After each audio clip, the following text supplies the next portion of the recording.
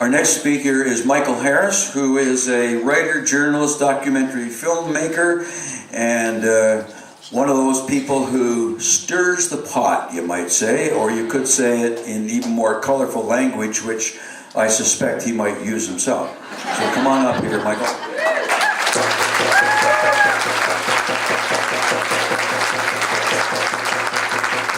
What are you supposed to say after that introduction?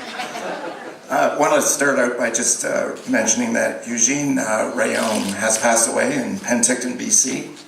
He was the first Métis member of Parliament since Louis Riel.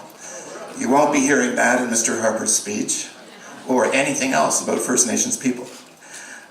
What he did with Chief Teresa Spence during her hunger strike is something I will never personally forget. But the overwhelming memory for me of Stephen Harper is that he chose to be in Toronto to welcome panda bears to Canada at Pearson Airport when the kids of Hudson Bay walked through the heart of winter to come to Ottawa to show that they counted. That is unforgivable.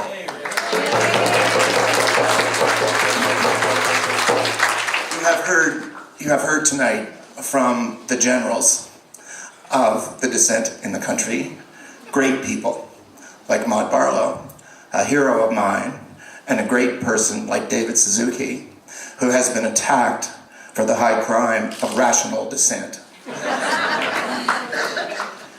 And it would be funny, except in the research for my latest book, The Politics of Personal Destruction Used Against Anybody Who Opposes, has been something that has left me sleepless. I want to just start out briefly telling you two things. My work has always been soldiering, street by street, hand-to-hand combat, based on stories with a human face. Donald Marshall schooled me early on the reality of what it was like to be a Mi'kmaq Indian in Nova Scotia. When he contacted me and said that he did not commit the murder for which he had been in prison for 11 years and asked me to look into it, the people at my newspaper thought it was a waste of time. I went to Sydney, Nova Scotia, and within 2 days had found the killer, the real killer of Sandy Seal. So you can see how complicated the task was. I knocked on the door of the two eyewitnesses who put Junior Marshall in prison for 11 years, and the first thing out of Maynard Chant's mouth and Johnny Pratico's mouth was, "Thank God someone finally knocked on the door. I didn't see a thing. The police made me do it." And I'm not exaggerating. The whole thing was taken care of in 48 hours, including a confession from Roy Newman-Ebsary, the killer, who wrote a note for me to give Junior Marshall saying, "Listen, kid, I'm in your corner. The truth will set you free." And it did. Donald Marshall was released from prison after spending 11 years in jail from the time he was 17. He got out at the age of 29. I tell you this story because when it started, everyone said it was hopeless. There was no chance of reversing a second-degree murder conviction in which there were two eyewitnesses. And the Crown said you might as well have had a video camera set up in Wentworth Park that night. But Marshall got his day in court at a high cost. The court exonerated him of the guilt by saying that the evidence no longer supported the conviction. They didn't say he was innocent. And then they gave him $276,000 for the 11 years he had spent in prison, because as an Indian, he would never have had a job and had no economic value. So we kept going on that case, and a second Royal Commission was called, and at the time I was publishing a newspaper.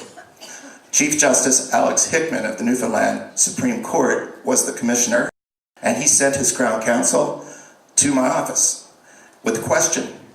And he said, "Michael, how should this Royal Commission end?" And I said, "Not by blackening Donald Marshall, that's for sure." They gave him $2.3 million, which was a better settlement. But guess what? They wouldn't give him access to the money, because as a native with no education, they thought he would waste the money. So it was parceled out to him in dribs and drabs. And 27 years later, on the day I attended his funeral in Sydney, a week before then, he called me and said, "Michael, they still haven't given me access to the money. I've got a wife and kids and I can't do a thing about it." And I tell you this for two reasons. Number one, the impossible can be done. Individual people can make a difference. And number two, it's a struggle. It's a battle. It's street to street, hand to hand combat with the system that never wants to admit it's wrong. The second small story I want to tell you is that the other human face on a big story for me happened when I got a call from a waiter who worked in a hotel in St. John's, Newfoundland. His name was Shane Earl, and he read a piece that I had written about justice. And he said, why wasn't there any justice for the boys of Mount Cashel? And I met him over a cup of tea and listened to his horrible, hideous account of child abuse, 91 boys at Mount Cashel Orphanage. And at the end of the discussion, I said to him, I will take up the story, but I always ask people before I get involved in a major investigation, what would you like to see? What for you is success? And he said, I would like to see the people who did this to us punished. I would like to see a royal commission into how this happens so it never again happens to kids under the care of other people. And lastly, I would like to see some of the people whose lives have been ruined compensated. And I looked at him and I said, I'll tell you, one of those three things would be a major accomplishment. But okay, I now understand what success is. Those boys shared a reward of $13.3 million when the book was written and the movie was done and the story got out. But it took 12 years of fighting the Irish Christian Brothers in the courts, hiding their assets, pretending they had no money to pay, and insisting they were the injured parties. And at the Royal Commission, I want to leave you with one thought about how some establishment figures behave when they are criticized. The Brother Superior of the Irish Christian Brothers, Roger McHugh, came from the Vatican for the Royal Commission. And the question was asked of him by David Day, who was the chief counsel for the commission. We noticed that you sent the 3 Irish Christian brothers who abused these children for care in Ontario. You gave them treatment. Did you ever give treatment to the boys, their victims? And Roger McHugh said, to my everlasting shame, I didn't think it harmed them. That was his testimony. As a result of writing Unholy Orders and making that story known, we got the residential schools issue opened up. It went around the world like a wave. The Irish Christian Brothers were outed in several countries, including, finally, Ireland. The reason I tell you these stories is that every story does have a human face. And the story I'm working on now has Stephen Harper's face on it. And I've been working on this story for 2.5 years, and I want to tell you that this is like preferring an indictment. Everything that I say in the book has to be provable. It means gathering a great deal of evidence. One of the people I talked to was a pollster who had a client who was anxious to suck up to the Prime Minister and asked the pollster, who's in his inner circle? Who can I influence? And the answer was, there is no inner circle, just a dot. Yeah. And that's why Stephen Harper's face is on this book. I talked to some of the people that Canadians trust the most about what's gone on with Stephen Harper. Sheila Fraser came over to my apartment, by the way, when the interview finished. She said, would you like to see my Auditor General stare? And I said, yeah. And she goes, it was amazing.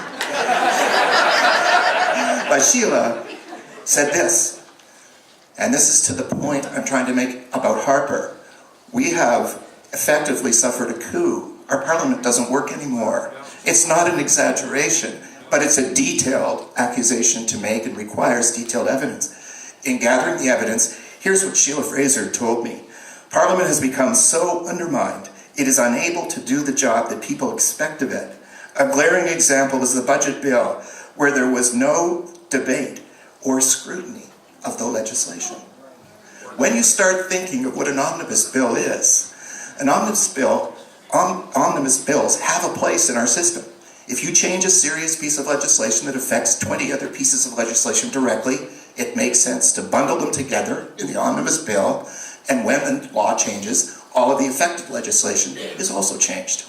But what Stephen Harper has done is bundle hundreds of pieces of legislation, scores of things that are unrelated, and put them in telephone book-sized bills that no one can possibly absorb. And on top of that, attaches them to a process that's supposed to be budget implementation, but has zero to do with budgets. It's just a way of bringing his particular revolution without debate and without any dissent. And Sheila Fraser pointed that out. Now, Peter Milliken is the longest serving Speaker of the House of Commons in our history, and in fact, in the British Commonwealth. He said to me, if you want to interview me, you have to come to my cottage. It's 100 miles away and it's 7 miles up a river. And if you want to meet me, I'll meet you there. So I went. And Peter and I had a discussion, and he said this: Parliament can hardly be weakened any more than it already is.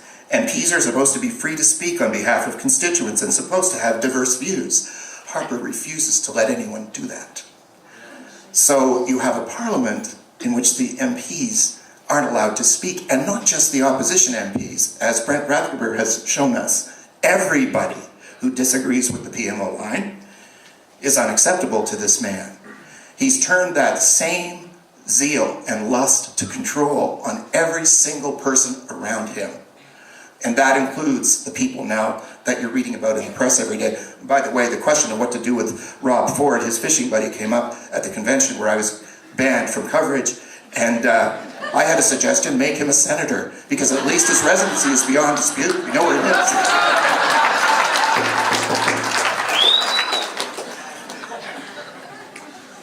Have little time, and you've listened to lots of speeches tonight. We have the great David Suzuki to follow me, so I'm going to just... Take more of my time. No. I want to point out one particular fact, a story that you all care about and you've read about, and that's the story of the detainees. The issue of what happened. We will not know because Stephen Harper has suppressed the evidence. But remember, when the panel was set up, it was supposed to be a panel, a nonpartisan panel of MPs who would get a look at the documents. 40,000 of them. And then those documents would be released to the public. And those where there was a question would go to 3 Supreme Court judges, and they would look at them with national security in mind to determine if they could be released.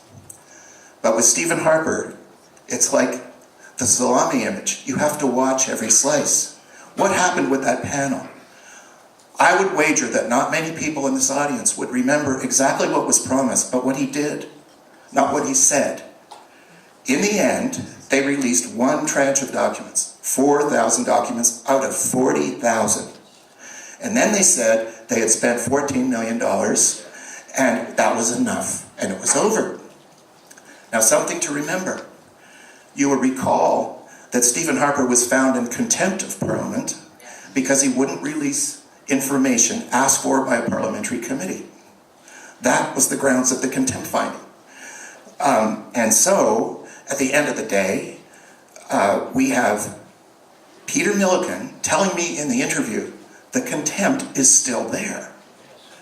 This was not done by a committee of Parliament setting up the panel. This was done by an order of the House. And therefore, when the government fell and we had the election, it was still in force. So the contempt is still in force. I'm going to give you one last thing before I'm hooked off the stage. I think when you do this kind of work, you have to leave a little bit of your heart in everything that you do and say. And I want to leave you some words that mean a great deal to me. These were written by Robert Frost. Some say the world will end in fire. Others say in ice. From what I've learned of desire, I hold with those who favor fire. But if I had to perish twice, I think I know enough of hate to say that for destruction, ice is also great and would suffice. And I say for Canada, neither fire nor ice, greed or hate, love and justice is where we should be going. Yeah.